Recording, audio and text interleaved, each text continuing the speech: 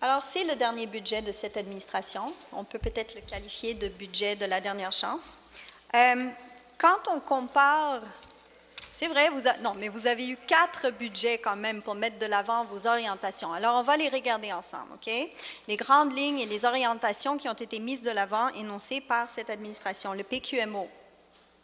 Le PQMO a réussi à couper beaucoup de postes, mais pendant qu'on coupait avec une main et avec l'autre, on ajoutait des postes. Alors, on en a coupé un peu, c'est vrai. On a eu des gains d'efficacité, un peu, mais en même temps, on a créé de nouveaux bureaux, de nouveaux services, de nouveaux directeurs. C'était combien? 10 nouveaux directeurs? Bon, ma collègue les a énumérés tout à l'heure.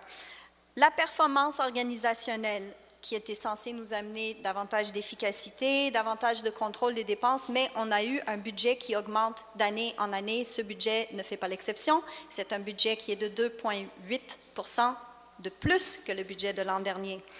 Il y a eu la ville intelligente qui a été annoncée en grande pompe. Et qu'est-ce qu'on a eu de la ville intelligente à date? On a eu Site Neige, InfoNeige, ça fait un couple d'années, là, 2014. La libération de quelques données, pas toutes, mais quelques données qui sont maintenant disponibles en données ouvertes. Le site web de la ville, on n'y a pas touché. Nous sommes tous encore sur Lotus Notes, d'après ce que... Hein? Tout le monde est sur Lotus Notes? OK. Fait que Ville intelligente, c'est moitié-moitié. Mais on a eu la création de 115 nouveaux postes pour le service de l'information technologie. Le développement économique, je viens de vous dire dans ma question du leader tantôt que notre classement n'est vraiment pas formidable selon le Howe Institute, mais également aujourd'hui, il y a eu le classement de vitalité économique selon l'Institut de la statistique du Québec, selon quelle classification Montréal arrive 9 sur 10 pour la vitalité économique, donc en développement économique, ça ne va pas bien non plus. L'inspecteur général, c'était un bon coup, par exemple. Un très bon coup, ça ne nous coûte pas cher. On a réussi à enlever plusieurs problèmes où est-ce qu'on soupçonnait qu'il y avait collusion, soupçonnait possiblement, je ne pense pas qu'on a eu des cas de corruption, mais on a eu définitivement des cas où est-ce qu'on soupçonnait de la collusion. Mais, comme je l'ai constaté il y a un couple de mois avec le dépôt de ma motion en ce sens pour donner plus de pouvoir à l'inspecteur général, l'inspecteur général fait seulement une partie de la job. Il fait tout ce qui est attrait avec l'octroi de contrat, mais c'est tout. Il n'a pas le droit de regarder d'autres choses à la ville. Alors, donc ça, c'est le bilan. 5 différentes orientations qui ont été mises de l'avant par l'administration. Did I miss anything? I think that was about it. The 5 big. Okay, so what do we give out of 5? PQMO, pas vraiment. Performance organisationnelle, on a dit le budget augmente quand même. Ville intelligente, on n'a rien de nouveau, je pense, depuis 2014-2015. Développement économique, on est 9 sur 10. L'inspecteur général, il fait la moitié de la job. Fait que peut-être 1 sur 5, 20 %, ce n'est pas une note de passage. Je l'ai mentionné aussi plusieurs fois. Je vais vous demander... Merci, Monsieur le Président. Donc, un peu moins de bavardage, s'il vous plaît. Allez-y, Madame McIntyre. En effet, donc même pour le bavardage, il n'y a pas une note de passage ici. Pour les revenus de la Ville, on n'est pas allé chercher de nouvelles sources de revenus. C'est une demande qui est récurrente, c'est une demande qu'on voulait aller régler en cherchant le statut de métropole, mais ce n'est pas dedans. Alors, les citoyens sont toujours pris dans un étau. Quand Denis Coderre parle, Québec écoute, sauf que cette fois-ci, je pense que Québec a raccroché. Denis Coderre est arrivé avec son projet de statut de métropole, ce qu'il ne fallait pas faire. Négocier, ça veut dire, M. Coderre, s'asseoir avec quelqu'un, l'écouter, avoir un échange, puis arriver ensemble à consensus. Ce qui est arrivé avec notre statut de métropole, ce n'est pas tout à fait ça. Fait que Montréal demeure dépendant de nos taxes foncières. Le projet de loi 121 ne vient pas remédier ce problème-là. Quand on a besoin d'augmenter les revenus à la Ville, on taxe, on continue à taxer, malgré aussi les recommandations du comité de travail sur la fiscalité de diversifier les sources de revenus. Comme je l'ai mentionné tantôt, il y a le modèle utilisateur-payeur qui n'a pas été étudié, qui n'a pas été mis de l'avant, qui n'a pas encore été intégré dans le budget de la Ville. Il y a aussi l'idée de ventiler les taxes ou de moduler les taxes en imposant un seuil minimal avec une première tranche qui serait taxée à un certain niveau et ensuite un autre taux de taxation. Montréal a le plus lourd fardeau fiscal parmi le plus lourd fardeau fiscal de toutes les villes canadiennes, je l'ai dit tantôt, selon les statistiques du Howe Institute.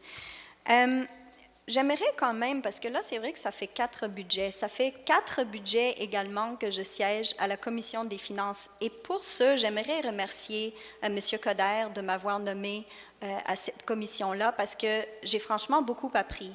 Et j'aime beaucoup raconter cette anecdote-là de comment j'ai été nommée. J'ai reçu un coup de téléphone peu après les élections de 2013 de quelqu'un du cabinet du maire qui m'a offert le siège sur la Commission des finances et ma réponse était « Pourquoi moi? Qu'est-ce qu'il y a dans mon dossier? Qu'est-ce qu'il y a dans mon CV qui me recommande pour un siège sur la Commission des finances? » Et la personne était confuse et m'a dit « Vous ne voulez pas le siège? » J'ai dit « Non, non, c'est pas ça, mais je suis curieuse, j'aimerais savoir qu'est-ce qu'il me recommande auprès du maire pour ce siège-là. » Il m'a dit « Je vous reviens, madame. » Il a raccroché, il m'a rappelé 5 minutes plus tard, il a dit « Le maire croit que vous avez toutes les compétences pour siéger à la Commission des finances. » Et j'ai compris.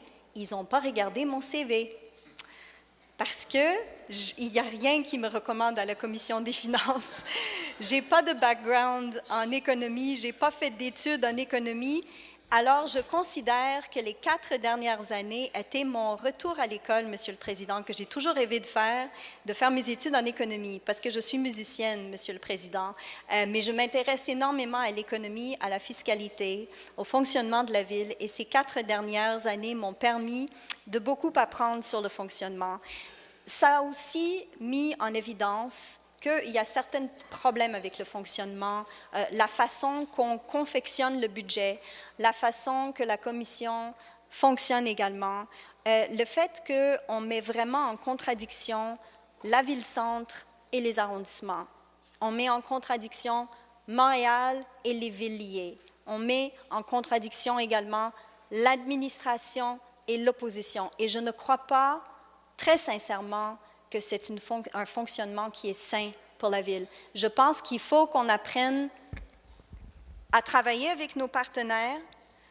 Je pense qu'on est loin du modèle « on n'est pas une administration, on est un parlement ». On est un parlement, on n'est pas une administration ici à la ville.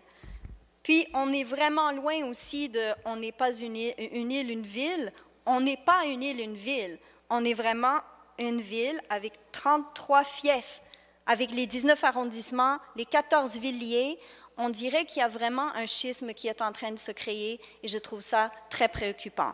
Alors, en terminant, je pense que je suis arrivée à la fin de mon temps alloué. En terminant, je le qualifie de budget tentatif. Je sais que le premier budget que nous avons étudié était un budget tentatif parce que c'était un budget qui était quand même collé sur ce qui précédait.